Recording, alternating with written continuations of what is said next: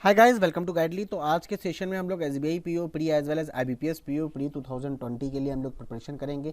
दो क्वेश्चन उठाए हैं। दोनों क्वेश्चन ऐसे हैं कि आप लोग डेफिनेटली फंसोगे। बहुत से लोगों का आंसर मैच नहीं करेगा और बहुत से लोगों का आंसर आ भी जाएगा। तो एक सर्कुलर अरेंजमेंट है जिसमें आपको 9 सीट्स दी हुई हैं। कितनी? 9 सीट्स दी हुई हैं और 8 लोगों की सेटिंग करानी है, मतलब एक वैकेंट है। बहुत अच्छा कंसेप्ट सीखने को मिलेगा। देखो, बार बार ये कंसेप्ट नहीं देखने को मिलता है, ऐसे क्वेश्चन कभी कभी मिलते हैं। 2 पैरेलल रो अरेंजमेंट वाला जो है ऑलरेडी मैंने आज 6% लिए हैं, लेकिन जिस अप्रोच को लेके चलना है वो अप्रोच मैंने अभी 1-2 क्लास पहले ही देखी, पर आप लोग को वो देखनी नहीं होती ना, क्योंकि सब लोग माहिर हो भैया प्री में, है ना। 2 पैरेलल रो है जिसमें 6% को लिया और पर अप्रोच वहीं रखनी है उसी तरीके से। क्वेश्चन काफ़ी अच्छे हैं दोनों। तो क्वेश्चन मैं आपको दिखा देता हूं। सबसे पहले सर्कुलर अरेंजमेंट। कितना छोटा क्वेश्चन है ना, पर इतना घुमाऊ क्वेश्चन है कि मज़ा आ जाएगा। बहुत से स्टूडेंट्स को गलत करेंगे, पर आओ चलो इसको हम लोग सही करते हैं। कैसे? कहा कि 8% की बात बोली गई around circular table facing the centre, centre की ओर देखा हुआ, but not necessary in the same order, which consist of 9 seats. मैंने जैसे बताया, तो ये सिंपल सा फंडा। पहले तो अपनी कॉपी में ऐसे करके 8 लोगों की सिटिंग बनाओ। सबसे पहले प्यारा डायग्राम बनाओगे तो मन लगेगा, ठीक है ना। और 9% मैंने ऐसे डाल दी। एक और डायग्राम बना लेता हूं कुछ इसी तरीके से, ठीक है ना। ये लो, ठीक, मिनिमम 2 डायग्राम मैंने बना ली है। कहता है no one sits between I and K. कह रहा है कि कोई भी आई और के बीच में नहीं बैठा है। कहने का मतलब ये हो गया गाइस कि ये नहीं कह रहा है कि आई सिट्स इमीडिएट नेबर ऑफ के। तब हम आई और के बीच में वैकेंट नहीं सोच सकते। आई के बाद तुरंत क्या आना चाहिए? वैकेंट भी नहीं आना चाहिए। अगर लिखा है no one sit between I and K, तो भैया आई और के एक हम ये पॉसिबिलिटी सोच सकते हैं। दूसरी पॉसिबिलिटी आई वैकेंट और के। अभी भी तो इनके बीच में कोई पर्सन नहीं है भाई, वो सीट है खाली, कोई पर्सन तो नहीं है। तो ये दो चीज समझ में आ गया। आगे कहता है H sits I the second to the right of N. H की पोजीशन या तो सेकेंड राइट से एन से है, या फिर जो एच की position second to the left of I. तो दोनों चीजों को समझते हैं। एन से सेकेंड राइट में आपका एच हो सकता है, या फिर एच जो है आपका सेकेंड टू द लेफ्ट हो सकता है। ये दोनों चीज आपकी समझ में आ जानी चाहिए। बहुत ध्यान से समझना। ओनली 2 पर्सन, यहां पे फिर से बात कह दी, केवल पर्सन की बात कर रही है। तो इसका मतलब वैकेंट भी तो हो सकता है, और ऐसा भी हो सकता है केवल 2 ही लोग बैठे रहे। तो केसेस बन रहे हैं। तो यहां पे क्या लिखेंगे? एम और एच के। देखो, एम और एच के बीच में मैं यहां 2 लिख देता हूं, मतलब 2 पर्सन रहेंगे। भाई हर चीज मेंशन करना बहुत जरूरी है, मेंशन कर दिया। ओनली 1 पर्सन सिट्स बिटवीन के एंड एम। समझ में आया? के और एम के बीच में 1 पर्सन रह रहा है, तो क्या वैकेंट हो सकता है? क्यों नहीं हो सकता? हो सकता है। आगे देखो, L sits third to the right of O, N sits immediate neighbour of L and P. अच्छा, एन है ऐसा, तो एल यहां पी यहां, या फिर पी यहां एल यहां, बट एन तो इमीडिएट में रहेगा, मतलब ये तीनों एक साथ आएंगे। बात समझ? मैं यहीं से स्टार्ट करने वाला हूं, लेकिन उससे पहले मुझे किसको फिक्स करना पड़ेगा? L sits third to the right of O. तो मैंने कहा कि चलो ओ को यहां लिखो, ओ को यहां लिखो। अच्छा, सबका फेसिंग क्या है? इनसाइड है। तो एल किधर जाएगा? 1 2 3 एल ये हो जाएगा। एल किधर जाएगा? 1 2 3 एल ये हो जाएगा। अच्छा, आगे देखो, एल से बातें क्या बताई थी? L N P. तो एल एन पी या फिर एल एन पी। आगे देखो क्या बोला है? नॉट लेस देन, बहुत अच्छी लाइन बोली, not less than 3 person sits between N and vacant. तो एन और वैकेंट के बीच में 2+ लोग बैठेंगे, मतलब 3 हो सकते हैं, 4 हो सकते हैं, 5 हो सकते हैं, 6 हो सकते हैं, 7 हो सकते हैं, मतलब 3 से ज्यादा कम नहीं होनी चाहिए, मतलब 2 नहीं हो सकता। सर क्लॉकवाइज ले कि एंटी क्लॉकवाइज ले? तो भाई यहां नहीं मेंशन है, तो हमें दोनों तरीके से लेके चलना पड़ेगा। हमें क्लॉकवाइज से भी देखना पड़ेगा, एंटी क्लॉकवाइज से देखना पड़ेगा कि नॉट लेस देन 3 से कम नहीं होने चाहिए। Vacant seat is not immediate left of M. M के इमीडिएट लेफ्ट में मेरा वैकेंट नहीं आना चाहिए, ये साफ बात इसने यहां मेंशन कर दी। ये पॉइंट्स मेरे सामने। अब भैया 1 बाय 1 करके मुझे प्लेस करनी है चीजें, 1 बाय 1 करके मुझे प्लेस करनी है चीजें। मैं यहां देखूं, अगर इस क्वेश्चन की बात करूं, अगर इस क्वेश्चन की बात करूं, और या इस क्वेश्चन की, चलो मैं इससे स्टार्ट करता हूं।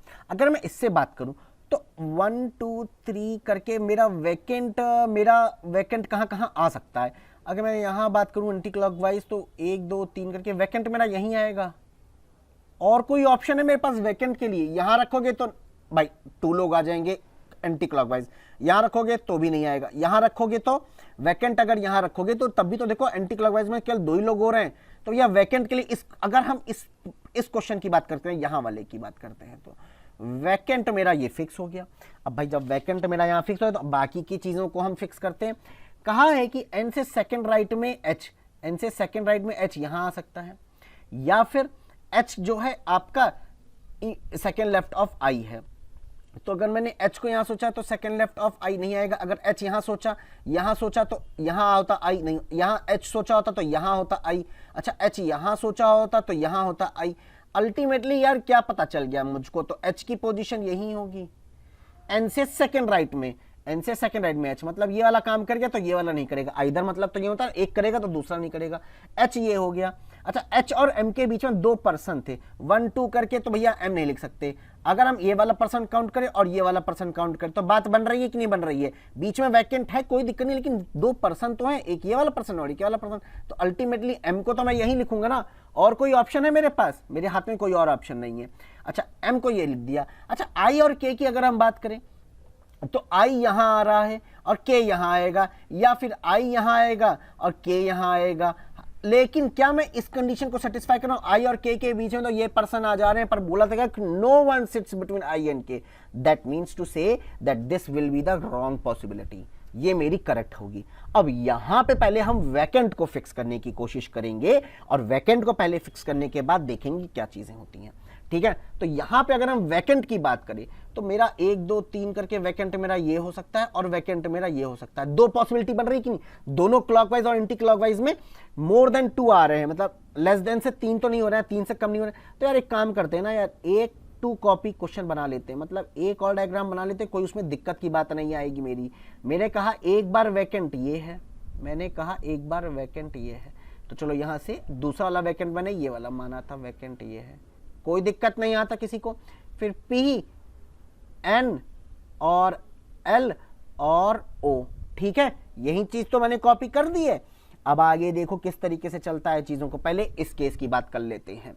अच्छा हमने कहा कि अच्छा एन ये है तो एन के एच के एन जो है सेकेंड राइट ऑफ एच, मतलब एन से सेकेंड राइट में एच आ सकता है। अच्छा और आई से भी तो एच यहां देखा जाए, अगर हमने एच यहां सोचा तो एन के सेकेंड राइट में हो गया, बिल्कुल बात बन जाएगी। और अगर हमने एच यहां सोचा तो आई के सेकेंड लेफ्ट में होना चाहिए, नहीं हो सकता, एन के सेकेंड लेफ्ट में नहीं, एच यहां नहीं होगा। एच अगर यहां सोचे होते तो आई यहां होता, आई के सेकेंड लेफ्ट में आपका एच आ रहा है और बिल्कुल बात बनी, एच यहां पे भी आ सकता। अगर हम एच यहां सोचे होते तो मेरा आई के सेकेंड लेफ्ट में आ रहा है, नहीं एन के सेकेंड नहीं, तो मेरी 2 पॉसिबिलिटी बन रही है एच के लिए, ए तो ये या तो ये। चलो मैंने एक बार एच को यहां रखा तो आई के सेकेंड लेफ्ट में मैंने डाल दिया, आई और के बीच में नो वन सिट्स होगा, तो क्या मैं कंडीशन फिक्स कर पाऊंगा? नहीं, तो मतलब एच तो मेरा यूजलेस है यहाँ, मतलब एन के सेकेंड राइट में मेरा एच यहां हो जाएगा। एच ये हो गया गुरु। अब एच और एम के बीच में बात हुई थी 2 पर्सन की, तो यहां तो कुछ नहीं हो सकता है, 1 पर्सन 2 पर्सन करके एम को यहां लिखेंगे। लेकिन एक बात बताओ, क्या मैंने कहा था कि एम के इमीडिएट लेफ्ट में वैकेंट नहीं हो सकता है? तो भैया एम के इमीडिएट लेफ्ट में वैकेंट कैसे लिख सकते हो तुम? गड़बड़ हो गई कि नहीं हो गई? मिस्टेक हो गई भैया, तो ये भी केस गलत हो गया। बचा मेरे पास ये वाला केस। देखो यहां पे मेन इंपॉर्टेंट थी कंसेप्ट को समझना वैकेंट वाला, और किस पॉइंट से स्टार्ट करते हो, ये चीज यहां पे मेन था। अब आगे अगर हम देखा जाए, अगर हम आगे देखें तो एच कहां रख सकते हैं? एन के सेकेंड राइट में एच यहां सकता है, और कहीं एच लिखोगे, लेकिन आई और के वाली भी कंडीशन ध्यान देना। तो अल्टीमेटली मेरे को तो एच को तो यही लिखना पड़ेगा, और कोई ऑप्शन भी नहीं है मेरे पास भाई, और कोई ऑप्शन नहीं है। सर क्यों नहीं है? सर आपने एच को यहां क्यों नहीं रखा? अरे एच को मान लो तुमने यहां लिखा होता तो आई के सेकंड लेफ्ट में आता, आई को यहां लिख दिया, आई के यहां लिख दिया तो एच यहां आ गया सेकंड लेफ्ट में, आई यहां आ गया तो के को यहीं लिखना पड़ेगा। अरे भाई एम और एच के बीच में 2 पर्सन थे, एम को तो अल्टीमेटली यहां लिखोगे ना, गड़बड़ा जाएगा मामला कि नहीं हो जाएगा? तो भैया क्या करोगे, एच को तो यहां नहीं लिख सकते, एच को यहां नहीं, अल्टीमेटली एच को तो यहां लिखोगे ना। अब समझ में आया ना? वरना आप लोग कहते हैं सर डायरेक्ट कैसे कर दिया आपने, ये कर दिया वो कर दिया। अरे भैया एन के सेकंड राइट में मैंने एच को बैठा दिया। क्लियर है बात यहां तक?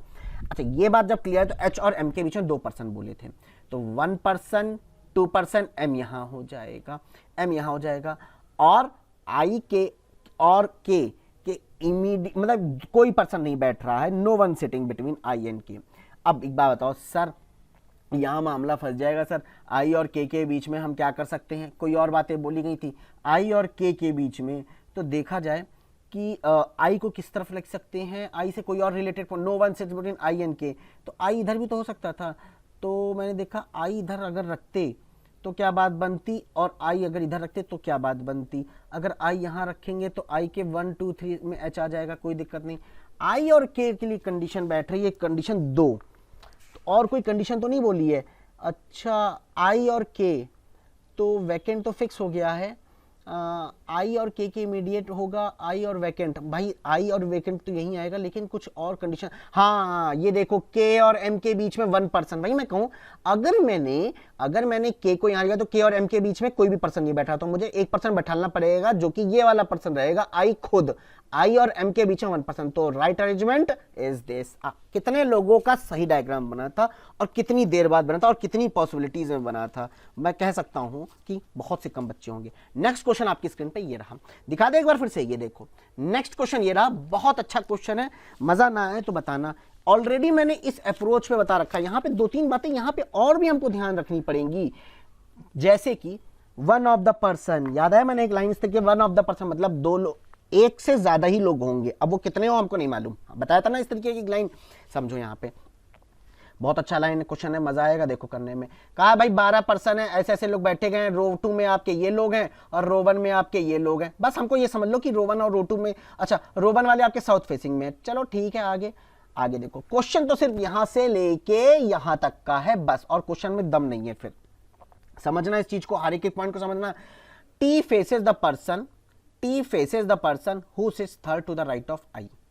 तो यहां मुझे एक बात बताओ तुम कि आई जो है किस रो का है, साउथ फेसिंग रो का है, तो कितने केसेस बनेंगे, समझो आई ये रखा तुमने, आई साउथ फेसिंग, तो आई का थर्ड राइट कौन सा होगा, 1 2 3, ये थर्ड राइट, तो इस थर्ड राइट पे सामने कौन होगा, टी, जैसा इसने बोला, तो ये तो मैंने कर दिया।